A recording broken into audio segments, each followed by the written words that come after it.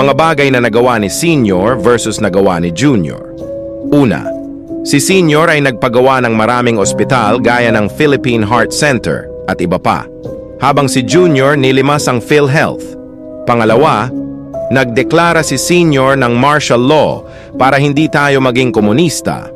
Although may mga krimeng nangyari sa ground, si Junior naman ay BFF niya ang mga tukmol.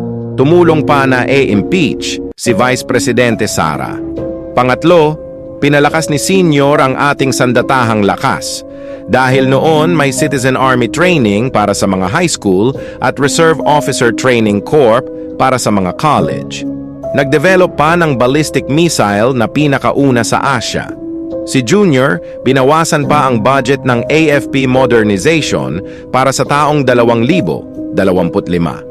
Pangatlo, kontrolado ni Senior ang mga pangunahing pangangailangan ng mga tao, gaya ng kuryente, tubig at langis.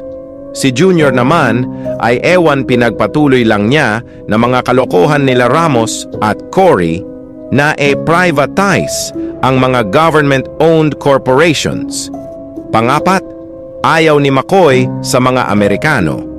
Makikita nyo sa kahit saang platform ang kanyang speech sa Amerika pa niya, ginawa ang hayagang pagtutol sa mga ito. Ano ang aral sa videong ito? Huwag nyo nang hanapin sa mga Marcoses o Romualdez ang kalibre ng isang Marcos Sr.